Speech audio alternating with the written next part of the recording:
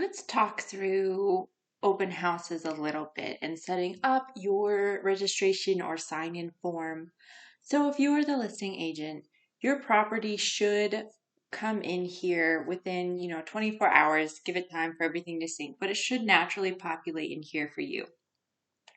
If you have your default form all set up, then you should be good to start the event. However, I would just always go over to more and just edit the sign in form first. So you just want to look at it. Maybe you want to print that QR code. Maybe you want to make sure these are the questions you want, or if it's a specific property that maybe warrants another question, you can add that in. Make sure your auto email is just all set up. This is something where if you have the default form all set up, this will just take you, 30 seconds just to glance over and make sure you don't want to change anything for this property. Then you can close it. And then you would just get there and you would just start the event. If this property doesn't have Wi-Fi, you can either use the hotspot on your phone to connect it, or if you have a tablet or iPad, you can do this in offline mode when you download the app.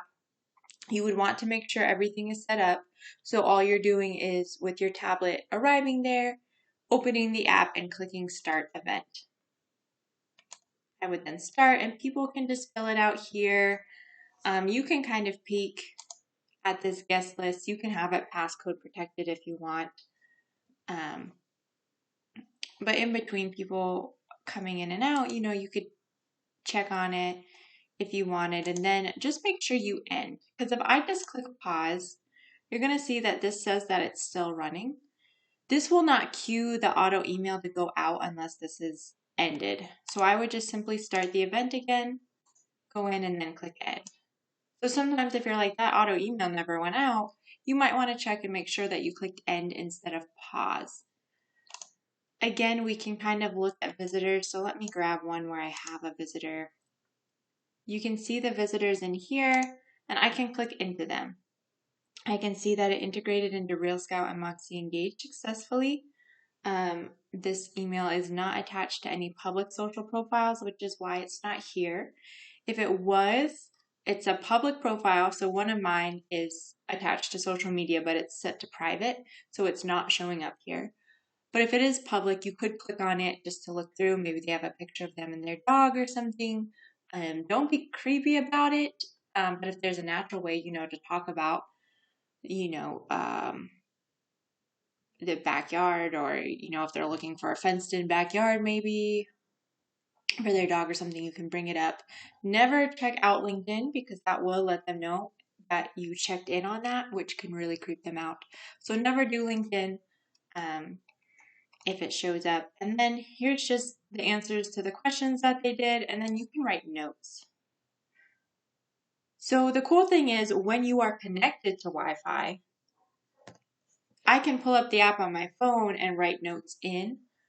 If I talk to a person and they said, yeah, not represented by anyone, really looking for something with maybe another bedroom or something, after I'm done talking with them, I can just pull up my phone, write a note real quick saying that they were interested in one extra bedroom, or, maybe we had a discussion about dogs and they really want some more land for the dogs to run on.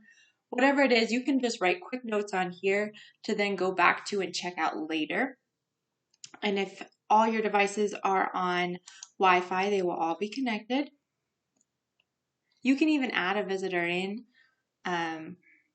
If for some reason maybe you had a paper sign in too and someone didn't want to sign in online, you could just add them in later. They do have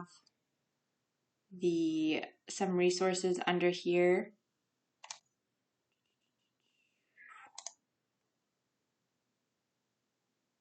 Handling objections. Here we go. To help you prep for those that might have objections, because it really is safer for them to be on here because no one's coming in and grabbing their information that they put down because it's not out for everyone to see.